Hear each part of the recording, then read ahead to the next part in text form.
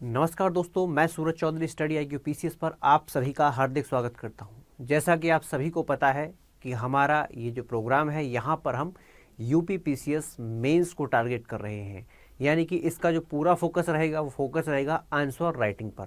अब इस पूरी सीरीज को हम देखें तो ये सीरीज हमारे दो टारगेट को पूरा करती है। सबसे पहले उन बच्चों के लिए जो बच्चे PT दे चुके हैं, मेंस के रिजल्ट की तैयारी वेट कर रहे हैं और मेंस लिखेंगे 2022 में। दूसरा उन बच्चों के लिए और ज़्यादा महत्वपूर्ण है जो अगले साल टारगेट कर रहे हैं पेपर को, क्योंकि देखिए जब मैंने आपको पहले ही बता चुका हूं कि अगर आप यूपी PCS या फिर UPSC की तैयारी कर रहे हैं तो वहां पर जो पूरा का पूरा वेटेज होता है वो वेटेज होता है मेंस का, यानी कि आपका जो फोकस होना चाहिए वो आंसर राइटिंग पर होना चाहिए। ज़्यादातर केस में ये देखा गया है कि बच्चों को ये तो पता है कि सिलेबस क्या है, उनको चीज़ें आती भी हैं, लेकिन प्रॉपर तरीके से रिप्रेजेंट नहीं कर पाते। जैसे कि कोई क्वेश्चन उनसे पूछा जाए तो उनको ये पता नहीं लग पाता कि आखिर मैं इस क्वेश्चन के अंदर क्या लिखूं जिससे एग्जामिनर मुझे नंबर दे दे। तो उसी सीरीज को हम लोग आगे बढ़ाते हुए चलेंगे। यहाँ पर मैंने आपको बताया था कल की क्लास में कि मैं आपको यूपी PCS मेंस का जो GS पेपर 2 है, यानी कि हम पॉलिटी, गवर्नेंस और IR इस पूरे सेक्शन को कवर करेंगे। तो चलिए शुरुआत करते हैं अपने इस सेशन की। यहाँ पर हमारे सामने क्वेश्चन है और क्वेश्चन कहता है कि राज्य पुनर्गठन आयोग क्या है और वर्तमान संदर्भ में इसकी उपयोगिता एवं चुनौतियों को स्पष्ट कीजिए।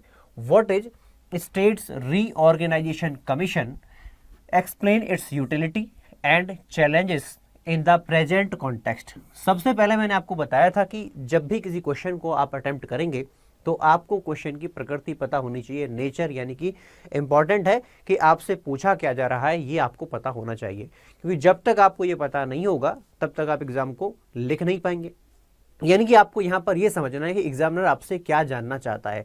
अगर आपने ये पकड़ लिया और सब्जेक्ट पर आपकी कमांड है तो पेपर को क्लियर करने से आपको कोई नहीं रोक सकता।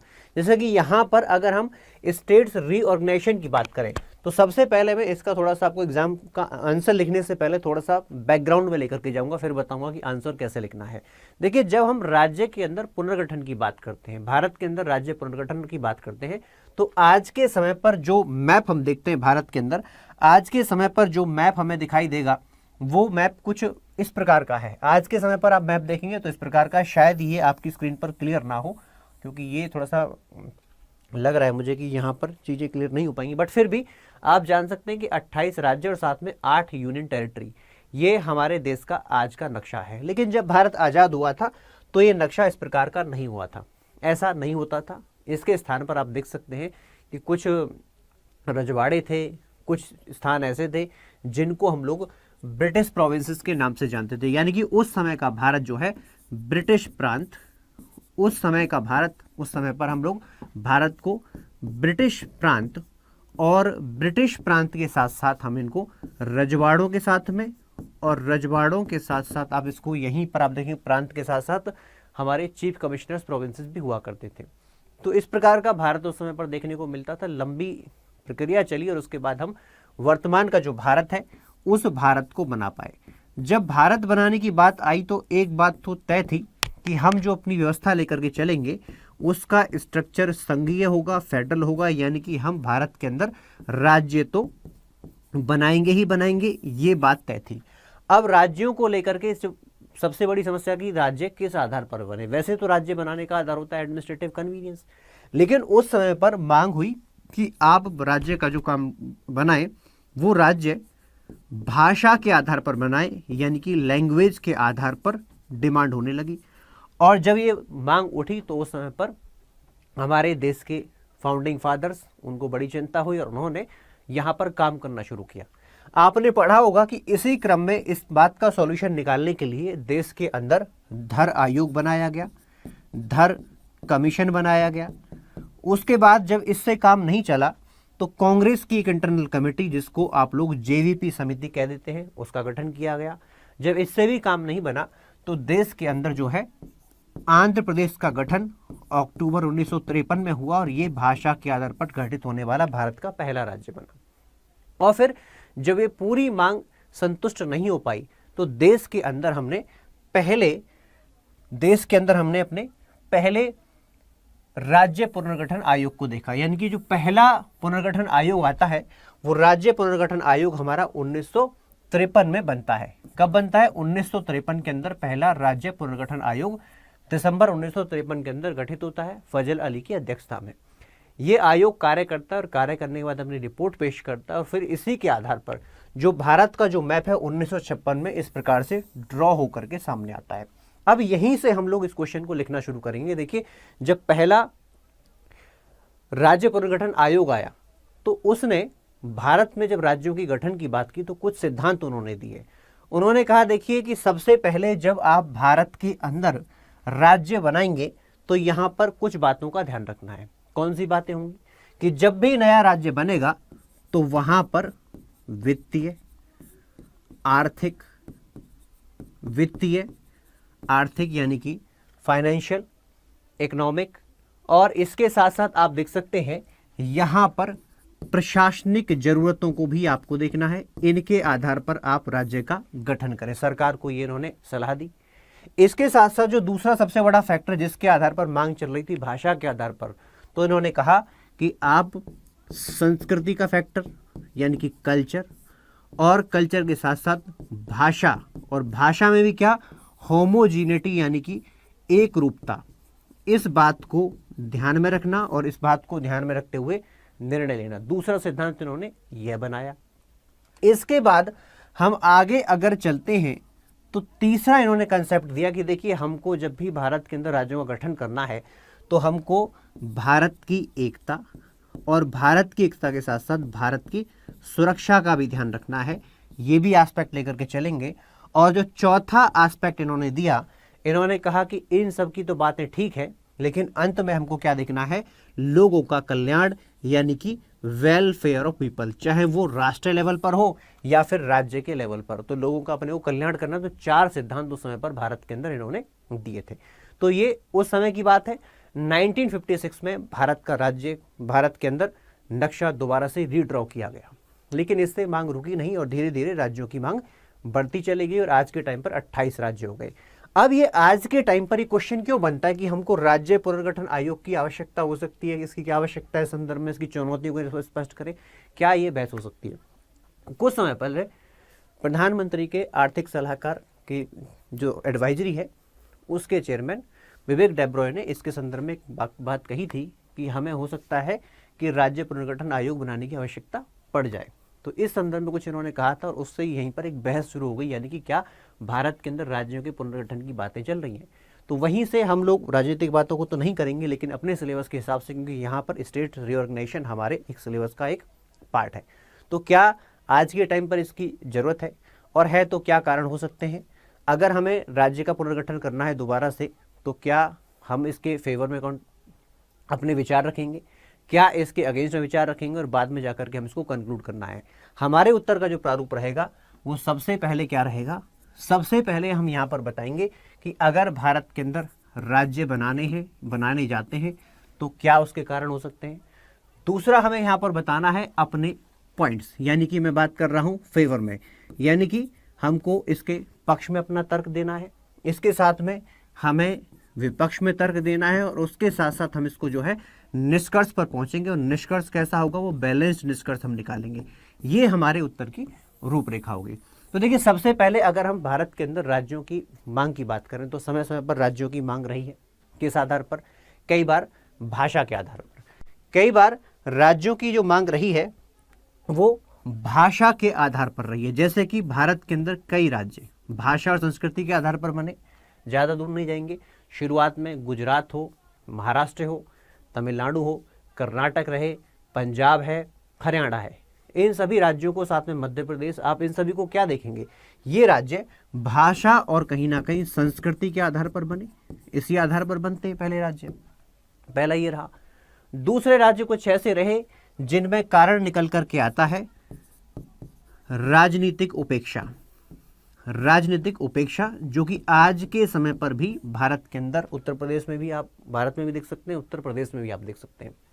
देखिए, आपने देखा होगा कई बार कुछ एक क्षेत्र ऐसे होते हैं जो एक ही सूबे का हिस्सा है, लेकिन उनके अंदर विकास नहीं हो पाता है। उसका कारण राजनीतिक उपेक्षा। और राजनीतिक उपेक्षा का मतलब क्या है?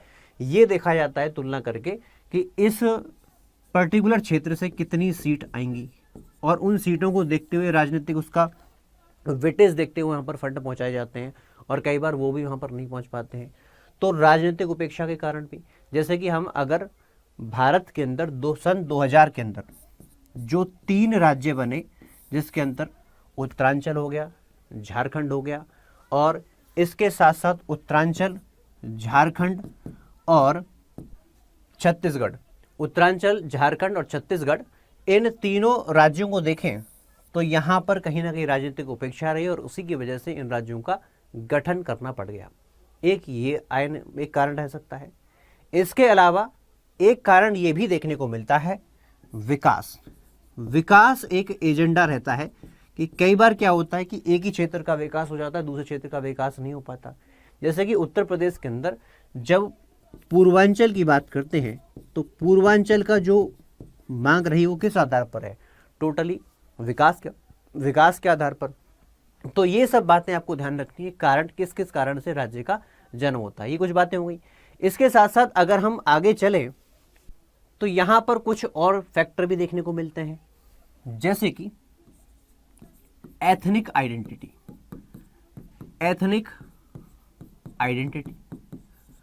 अब हमारे पूर्वोत्तर में एक राज्य आता है जिसे आप कहते हैं असम। असम के अंदर एक राज्य की मांग है जिसको हम कहते हैं बोडोलैंड। अब बोडोलैंड क्या है कि बोडो जो है, ये बोडो वहाँ की एक जनजाति है और इस जनजाति का जो बाकी के वहाँ के लोग हैं, क्षेत्र हैं, उनके साथ एक कॉन्फ्लिक्ट है। और वो कॉन्फ्लिक्ट क्या है कि ये वहाँ के जो लैंड रिसोर्स हैं, उन लैंड रिसोर्सेज को लेकर के थोड़े से कंसर्न रहते हैं। तो कहने का मतलब क्या है, बोडोलैंड की जो मांग है किस आधार पर है? ये एथनिक आइडेंटिटी के आधार पर है। इसके साथ साथ अगर हम आगे चलें तो कई बार क्या होता है, आप 1991 के बाद के आर्थिक विकास को देखें।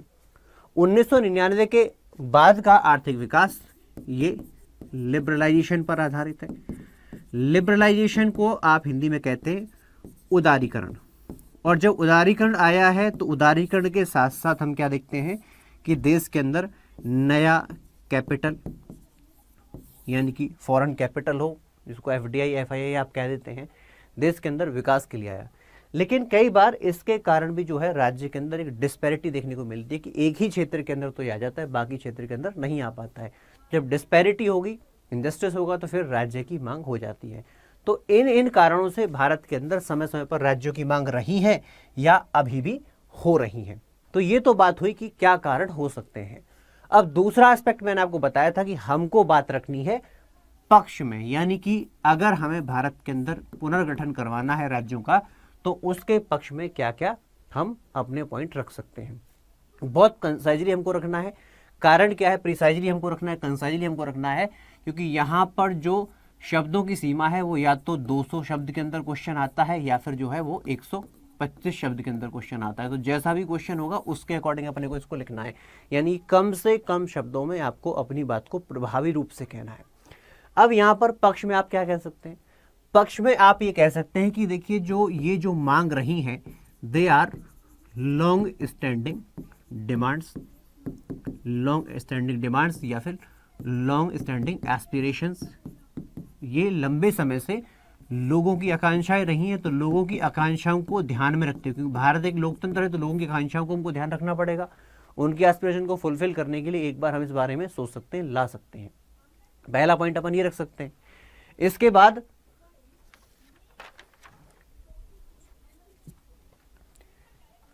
बाद हम कुछ पॉइंट और रख सकते हैं, जैसे कि आज के समय पर हर चीज का हो रहा है राजनीतिकरण। अब इस राजनीतिकरण में एक मांग रहती है, एक मुद्दा रहता है, क्या ये रहता है? रीजनल आइडेंटिटी, जिसको आप कहते हैं क्षेत्रीय पहचान का। सबसे पहले रीजनल आइडेंटिटी यानी कि क्षेत्रीय पहचान आप इसको कह सकते हैं। दूसरा, यहां पर आप क्षेत्रीय अभाव की बात भी कर सकते हैं, जैसे कि क्षेत्रीय अभाव को लेकर के राजनीति गरमाई रहती है। भाई इस क्षेत्र के अंदर संसाधन है, दूसरे क्षेत्र के अंदर संसाधन नहीं है, ये राजनीति गरमाई रहती है। इसके साथ साथ एक सांस्कृतिक पहचान ये राज्य की मांग के लिए प्रभावी राजनीति के तौर पर सामने आता है। तो अगर इन तीनों एस्पेक्ट पर अपने को लगाम लगानी तो हम ये कह सकते हैं कि भाई ये जो डायरेक्शन हमारे समाज की इधर चली गई है, ये क्षेत्र के अंदर पैरिटी होनी चाहिए, डिस्पैरिटी नहीं होनी चाहिए। इन सब बातों को अगर अपने को हटाना है तो उसके लिए हम क्या कर सकते हैं, राज्य पुनर्गठन आयोग ला सकते हैं और वो इन बातों पर निर्णय लेगा, फिर उसके आधार पर हम देश को आगे लेकर के चलेंगे।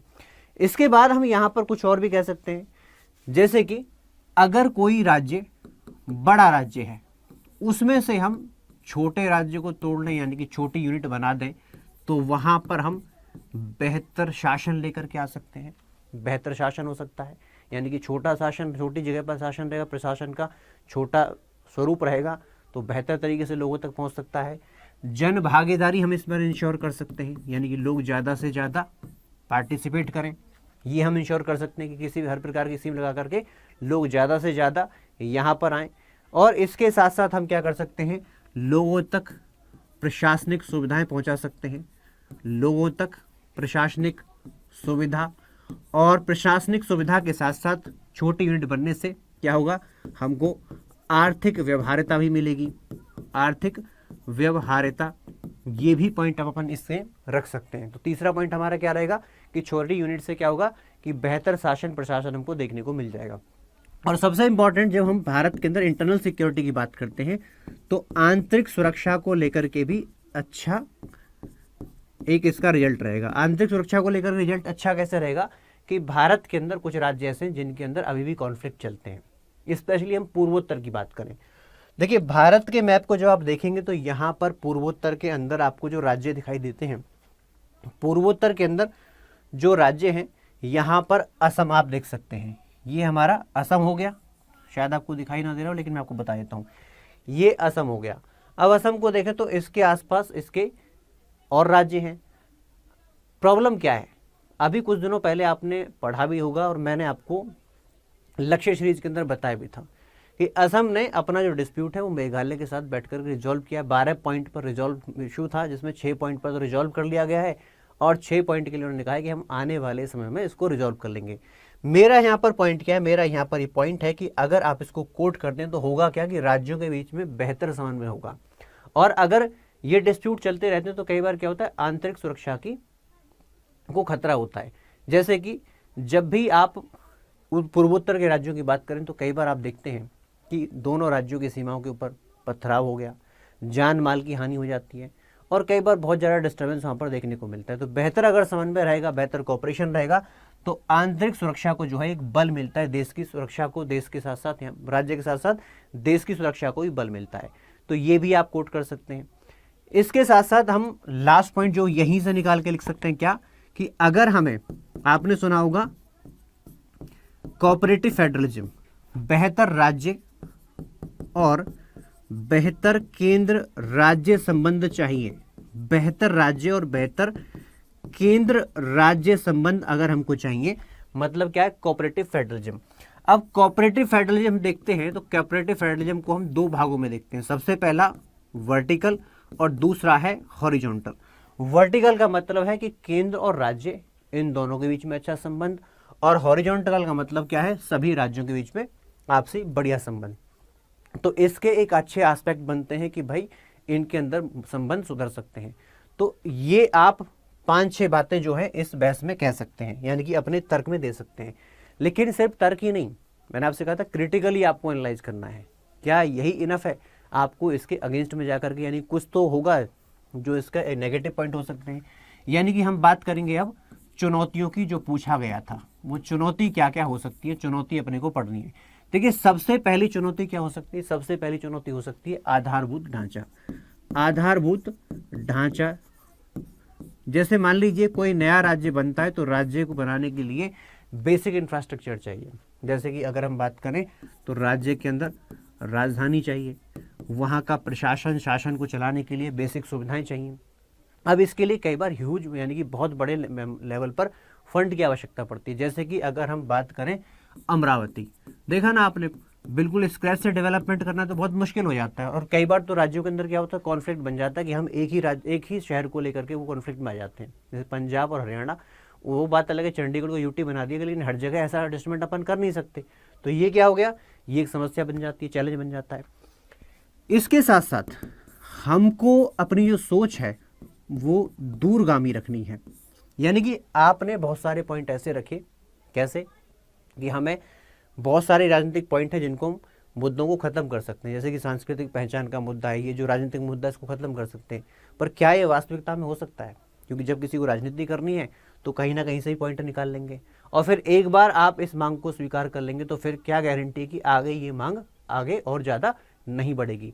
तो दूरगामी सोच को भी अपने को ध्यान में रखना है। दूरगामी सोच को ध्यान में रखने के साथ साथ अपने को कुछ और पॉइंट भी लेकर के चलने हैं। जैसे कि यहाँ पर एक पॉइंट जो बहुत बेहतरीन आप लिख सकते हैं, हमने कहा था कि आप छोटा राज्य बनाइए, छोटा राज्य बनेगा तो बेहतर प्रशासन होगा, बेहतर शासन होगा, लोगों की भागीदारी होगी, आर्थिक व्यवहार्यता होगी। क्या ऐसी कोई गारंटी दे सकते हैं? क्या ऐसी कोई गारंटी दे सकते हैं जितने भी राज्य बने हैं भारत के अंदर, जो छोटे राज्य, क्या वे सभी के सभी नंबर 1 नंबर 2 की श्रेणी में चल रहे हैं? क्या ऐसा कोई अपने पास स्केल है? तो जवाब है नहीं, ये भी अपन नहीं कह सकते। ठीक है, तो ये कुछ चुनौतियां हैं कि अगर राज्य पुनर्गठन आयोग आता है तो उसको इन बातों को से चुनौती फेस करनी पड़ेगी। और बाद में अगर हम इसका निष्कर्ष देखें तो निष्कर्ष हम इसका क्या निकाल के दे सकते हैं, यानी कि इसका कंक्लूजन क्या हो सकता है। देखिए, अगर हम कंक्लूजन की बात करें, निष्कर्ष की बात करें, तो निष्कर्ष क्या हो सकता है? हाँ, ये पॉसिबल है कि हम आज के समय पर एक ऐसा संघ बनाना चाहें जो आइडियल हो, और ये हो सकता है कि हम इसे छोटे राज्यों से बनाना चाहें, लेकिन जब भी हम ये काम करें तो इसके लिए हमको अति सावधानी बरतने की आवश्यकता है। सावधानी नहीं, अति सावधानी बरतने की आवश्यकता है। और अगर हम ये करना चाहते हैं तो इसके लिए हम दूसरा स्टेट्स रीऑर्गेनाइजेशन कमीशन, दूसरा राज्य पुनर्गठन आयोग लेकर के आ सकते हैं। लेकिन जब भी छोटे राज्य बनाए जाएंगे तो उसमें कुछ बातों को हमको ध्यान रखना है, जैसे कि लोगों की आकांक्षाएं। ऐसा ना हो कि एक वर्ग की आकांक्षा पूरी हो जाए, दूसरे की पूरी ना हो, तो पता चला कि एक नई डिबेट यहाँ से शुरू हो गई। पहला हमको ये ध्यान रखना है। दूसरा, इकोनॉमिक वायबिलिटी। इकोनॉमिक वायबिलिटी का मतलब क्या है? आर्थिक व्यवहार्यता। तो ये भी अपने को जो है, ये भी अपने को ध्यान रखना है, आर्थिक व्यवहार्यता। ठीक है भाई, तो आकांक्षा यानी कि एस्पिरेशन और इकोनॉमिक वायबिलिटी, इन बातों को ध्यान में रखते हुए आप आगे निर्णय ले सकते हैं। तो अपने को जो आइडियल अपना आंसर रखना है वो इस प्रकार से आइडियल आंसर रखना है, यानी कि कुछ पॉजिटिव पॉइंट्स, कुछ उसके अगेंस्ट में, और बाद में जाकर के आप इसको बैलेंस कर देंगे। तो ऐसे करके हम इसका आंसर लिख सकते हैं। तो ये अपना आज का पहला क्वेश्चन हो गया। दूसरा क्वेश्चन हम देखते हैं क्या पॉसिबल आंसर, क्या और इस पूरे भाग से आंसर बन सकता है। यहाँ पर दूसरा क्वेश्चन आता है, क्या कहता है कि क्या संसद के पास भारतीय राज्य क्षेत्र का कोई हिस्सा किसी अन्य देश को अर्पित करने का अधिकार है? कौन कर रहा है? भारत की संसद से पूछा गया है। दूसरा क्या कहता है कि भारतीय राज्य क्षेत्र का कोई हिस्सा क्या हम किसी अन्य देश को भारत की संसद अर्पित कर सकती है? इंग्लिश में, does the parliament have the right to cede a part of Indian territory to any other country? देखिए, जब हम भारत के किसी राज्य क्षेत्र की बात करते हैं तो सीधी सी बात है, ये क्वेश्चन कहाँ से आया? ये क्वेश्चन आया हमारे पार्ट 1 भारत के संविधान के भाग 1 से और इससे जुड़ी हुई बहस से। देखिए, होता क्या है कि जब हम भारत को संप्रभु राष्ट्र कहते हैं, सॉवरन कंट्री कहते हैं, तो सॉवरन कंट्री होने के साथ साथ, यानी कि भारत अगर एक संप्रभु राष्ट्र है तो संप्रभु राष्ट्र होने के साथ साथ इसके पास 2 अधिकार हैं। बाकी अधिकारों के साथ साथ 2 अधिकार और आ जाते हैं। सबसे पहला अधिकार है कि ये किसी दूसरी टेरिटरी को अर्जित कर सकता है, एक्वायर कर सकता है, यानी कि वो क्षेत्र जो पहले भारतीय संघ का हिस्सा नहीं है वो उसे एक्वायर कर सकता है। दूसरा, इसके पास ये भी अधिकार है कि यह अपनी टेरिटरी को दूसरे राज्य को अर्पित कर सकता है, यानी कि सीड कर सकता है। ये दोनों यहां पर इसके अधिकार में आ जाते हैं। अब अगर इस पूरे क्वेश्चन को देखें तो पूरे क्वेश्चन की बहस में अगर हम पढ़ें तो यहां पर पूरे क्वेश्चन की जो बहस है वो आर्टिकल 3 से जुड़ी हुई है। किससे जुड़ी हुई है? आर्टिकल 3 से जुड़ी हुई है। भारत के संविधान का आर्टिकल 3 अगर हम पढ़ें तो आर्टिकल 3 हमको क्या कहता है? आर्टिकल 3 कहता है कि देखिए, होना क्या है, भारत के अंदर किसी नए राज्य का निर्माण, राज्य के नाम में बदलाव, राज्य की सीमाओं में बदलाव और इसके साथ साथ राज्य के क्षेत्र में बदलाव, यानी कि एरिया में, क्षेत्रफल में बदलाव। अगर इनमें से कोई भी कार्य करना है तो ये काम कौन कर सकता है? देश की संसद कर सकती है। बात समझ में आती है? यानी कि क्षेत्र के अंदर बदलाव करना है तो देश की संसद कर सकती है। अब डिबेट कहां से शुरू होती है, क्वेश्चन कहां से बनता है? पहली बार एक मामला सामने आया जिसको आप कहते हैं बैरूबारी वाद, जिसको आपको अपने क्वेश्चन के आंसर में कोट करना है। बैरूबारी वाद यानी कि ये क्या था? बैरूबारी अगर यूनियन को हम देखें तो देखिए कई बार ऐसा होता है, कुछ एक क्षेत्र आपको ऐसे मिल जाएंगे जहां पर आपको ये समझ में नहीं आता कि प्रैक्टिकली क्या करना चाहिए। उदाहरण के तौर पर मान लीजिए ये कोई टेरिटरी है जो कि भारत का हिस्सा है, ये इंडिया का पार्ट है। इसी के आसपास दूसरी कोई टेरिटरी है जो कि पाकिस्तान का हिस्सा है, इसके आसपास कोई टेरिटरी है वो फिर भारत का हिस्सा है। अब आप सोचो कि यहाँ के लोगों का जीवन कैसे होगा और साथ में यहाँ पर प्रशासन कैसे काम करेगा, बड़ा मुश्किल हो जाएगा। तो इसके लिए कई बार क्या होता है, फ्रेंडली एक समाधान निकालना पड़ता है, मैत्रीपूर्ण समाधान निकालना पड़ता है। और समाधान अगर प्रैक्टिकली देखें तो हम ये कह सकते हैं, भाई मान लो इधर तो इंडिया है और इधर पाकिस्तान है, तो क्या कहेंगे, भाई इंडिया का ये वाला जो क्षेत्र है, ये वाला जो क्षेत्र आ रहा है, ये वाला क्षेत्र आ रहा है, हम कहेंगे भाई पाकिस्तान वाले तो इसको अपने पास रख लो। और पाकिस्तान का जो ये वाला क्षेत्र है ये कहेगा कि भाई आप इसे अपने पास रख लो। ये एक प्रैक्टिकल सॉल्यूशन हो सकता है। तो ऐसा ही कुछ जो विवाद था इस बैरूबारी यूनियन को लेकर के आया था। ये बैरूबारी यूनियन उस समय पर ईस्टर्न पाकिस्तान यानी कि पूर्वी पाकिस्तान के क्षेत्र का था, हिस्सा था। और पूर्वी पाकिस्तान के क्षेत्र का हिस्सा नहीं, पूर्वी पाकिस्तान और भारत इसके बीच का एक विवाद का हिस्सा था। इसके साथ साथ बंगाल के अंदर ही कूच बिहार क्षेत्र, इसके आसपास के क्षेत्रों का आदान प्रदान भारत और पूर्वी पाकिस्तान के बीच में किया जाना था। अब इसको लेकर के उस समय की सरकारों ने एक समझौता की, अग्रीमेंट किया। अब आपको पता है कि जब भी कोई ऐसा अग्रीमेंट होता है तो राजनीतिक उथल पुथल होती है। तो भारत में इसका राजनीतिक तौर पर कड़े तौर पर विरोध किया गया। जब कड़े तौर पर इसका विरोध किया गया तो इस मामले को हमारे भारत के राष्ट्रपति ने आर्टिकल 143 के तहत सुप्रीम कोर्ट को रेफर कर दिया। उनसे कहा कि देखिए आप इसमें उचित सलाह दीजिए। सुप्रीम कोर्ट से कहा आप इसमें उचित सलाह दीजिए। अब सुप्रीम कोर्ट के सामने क्वेश्चन क्या था? सुप्रीम कोर्ट के सामने ये तो क्वेश्चन था नहीं कि भारत अपना क्षेत्र दूसरे क्षेत्र, भारत एक संप्रभु राष्ट्र के तौर पर एक क्षेत्र को दूसरे राज्य को दे सकता है या नहीं दे सकता। ये तो क्लियर कट है कि संप्रभु राष्ट्र तो दे सकता है। लेकिन क्वेश्चन यहां पर क्या था? क्वेश्चन ये था कि क्या ऐसा आर्टिकल 3 के तहत किया जा सकता है? क्या ऐसा हो सकता है? दूसरा क्वेश्चन ये था कि अगर ऐसा नहीं है तो क्या इसके लिए किसी कॉन्स्टिट्यूशनल अमेंडमेंट यानी कि संविधान संशोधन की जरूरत है? ये दो क्वेश्चन सुप्रीम कोर्ट के सामने थे। सुप्रीम कोर्ट ने दोनों क्वेश्चन को टेस्ट किया और टेस्ट करने के बाद अपना जो रिजल्ट है वो सुनाया। सबसे पहले उन्होंने आर्टिकल 3 की व्याख्या करते हुए कहा कि देखिए आर्टिकल 3 जो भारत के संविधान में है वो आता है इंटरनल एडजस्टमेंट के लिए।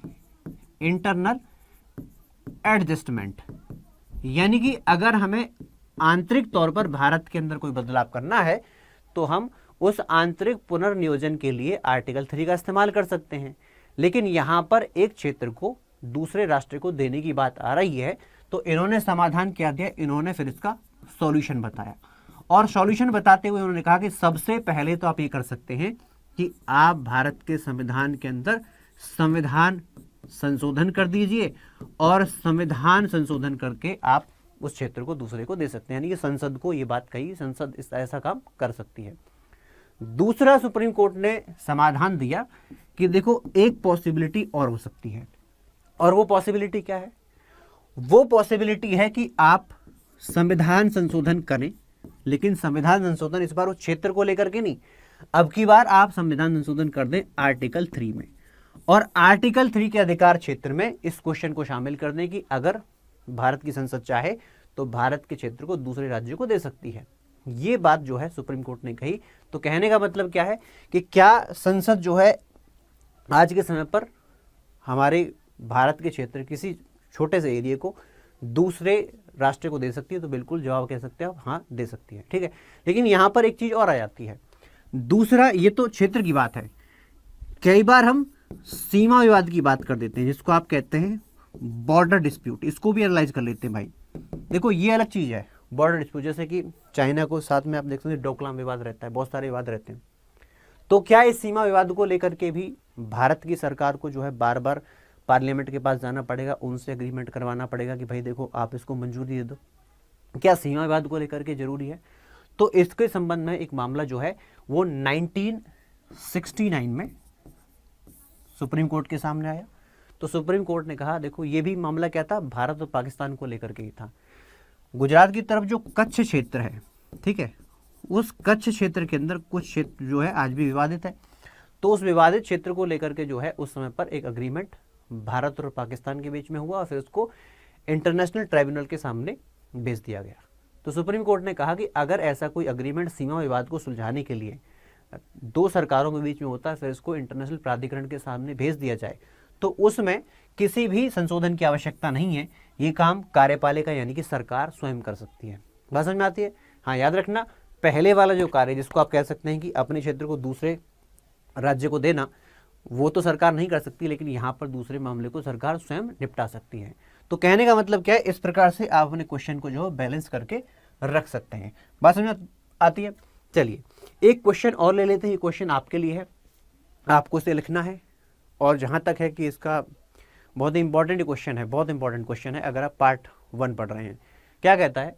ये कहता है कि अनेक राज्य सरकारें बेहतर प्रशासन के लिए भौगोलिक प्रशासनिक इकाइयों जैसे कि जनपद और तालुकों को विभाजित कर देती हैं। जैसे कि पहले कहीं कम राज्य थे, बाद में ज़्यादा राज्य आ गए।